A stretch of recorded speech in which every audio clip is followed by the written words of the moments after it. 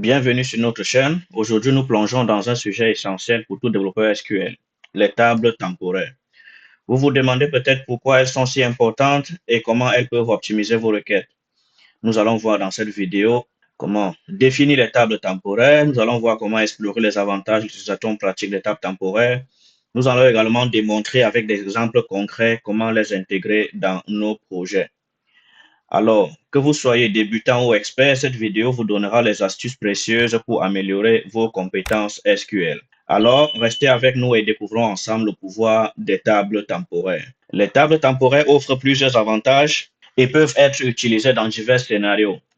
C'est quoi une table temporaire et comment la créer dans SQL? Dans SQL, l'instruction qui nous permet de créer une table temporaire, c'est exactement la même que créer une table ordinaire, juste que nous devons ici ajouter l'extension dièse ici. Dièse ici permet en fait de signifier au serveur de base de données que nous voulons créer une table temporaire. En quoi est-ce qu'elle se différencie des tables ordinaires? C'est qu'une table temporaire n'est visible que pour l'utilisateur qui l'a créée. Généralement, également, elle s'éteint ou elle s'efface automatiquement à la fermeture de la session de l'utilisateur qui a créé cette table temporaire. Donc, pour créer une table temporaire comme celle-ci, nous avons ici la création d'une table user locale. Nous allons essayer d'exécuter cette requête-ci. Donc, on va voir ici d'abord que dans les tables, la table temporaire normalement apparaît ici, dans cette base ici. Si on refait ceci, on voit que nous n'avons aucune table temporaire ici. Donc, en exécutant cette requête-ci, nous allons créer une nouvelle table temporaire. Voilà, table. Commande completed successfully. La commande a été exécutée avec succès. Donc, on va essayer maintenant la base de données de voir si nous avons une table temporaire qui apparaît ici. Ici, on peut voir maintenant dans cette session que nous avons ici table temporaire user local. On voit nous ne pouvons pas ici faire select all from table comme d'habitude, mais nous pouvons ici exécuter la commande comme nous le faisons habituellement avec une table dans le serveur SQL. Donc, on va faire ici une requête select all from. Nous allons mettre le nom de la table ici comme ceci et on va voir si ça va s'exécuter. Là, on exécute ceci. On voit que la table temporaire existe.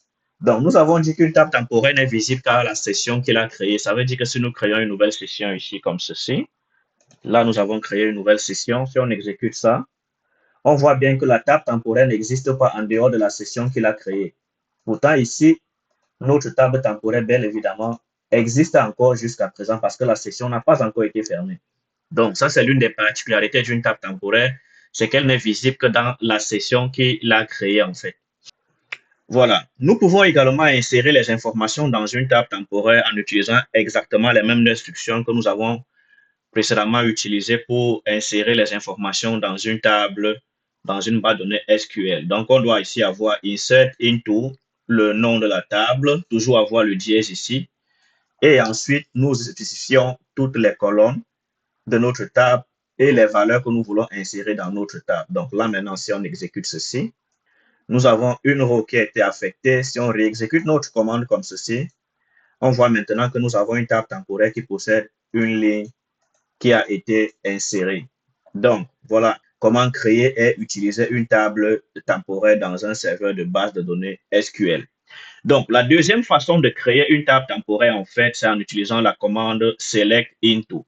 Select into, en fait, prend les informations d'une table existante, comme ici, la table user, et automatiquement, on va créer une table temporaire qui sera celle que nous avons indiquée ici. Donc, si on va d'abord regarder ici, la table user, qu'est-ce que nous avons là? Voici, si on fait ceci. Dans la table user, on voit bien évidemment que nous avons ces informations-ci. Donc là, maintenant, si on revient ici, nous allons maintenant cette fois-ci exécuter cette requête.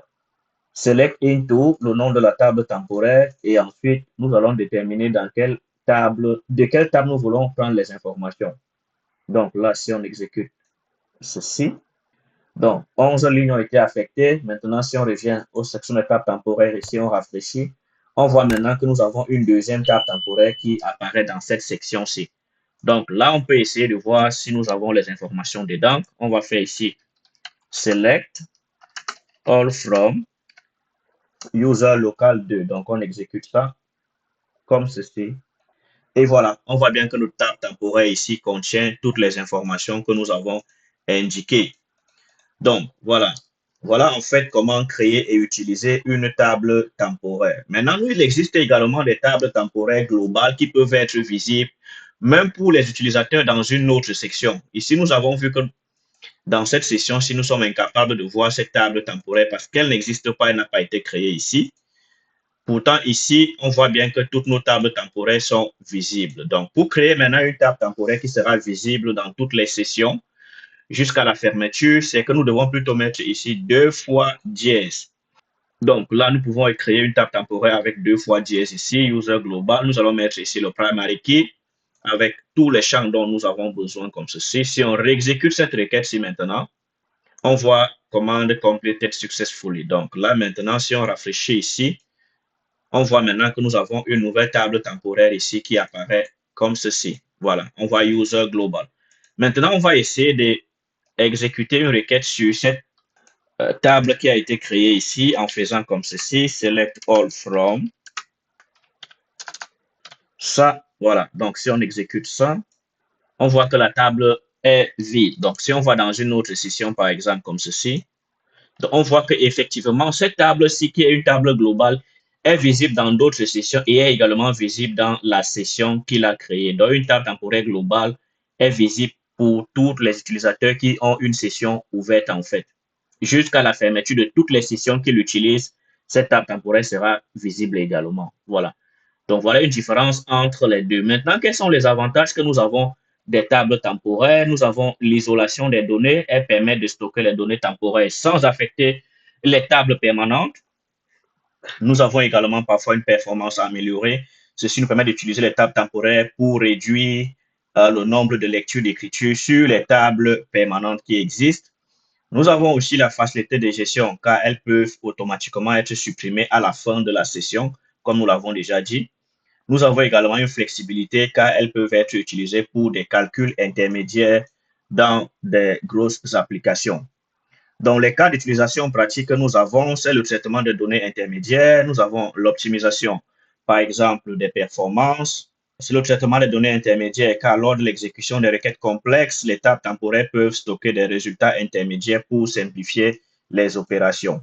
Nous avons ensuite l'optimisation des performances ici qui nous permettent en fait d'utiliser pour optimiser les performances des requêtes en réduisant les accès aux tables permanentes. Nous pouvons également faire les tests de développement. Dans ce cas-ci, les développeurs peuvent utiliser les tables temporaires pour tester les requêtes et les procédures sans affecter les données réelles. Nous pouvons également faire les agrégations et les transformations de données tout simplement dans les tables temporaires car elles nous permettent de regrouper et de transformer les données avant de les insérer dans les tables temporaires. Donc, ces avantages, en fait, nous montrent à quel point les tables temporaires peuvent être puissantes et utiles dans le développement SQL. Donc, voilà, en fait, ce que nous avions aujourd'hui. Nous avons vu qu'il existe deux types de tables temporaires, les tables temporaires locales qui sont visibles uniquement par la session qu'il a créée et nous avons également des tables temporaires globales qui sont utiles et visibles dans toutes les sessions qui sont ouvertes dans SQL Server. Donc, ça va être tout pour cette capsule. Si vous avez aimé, abonnez-vous, likez, laissez-nous un commentaire et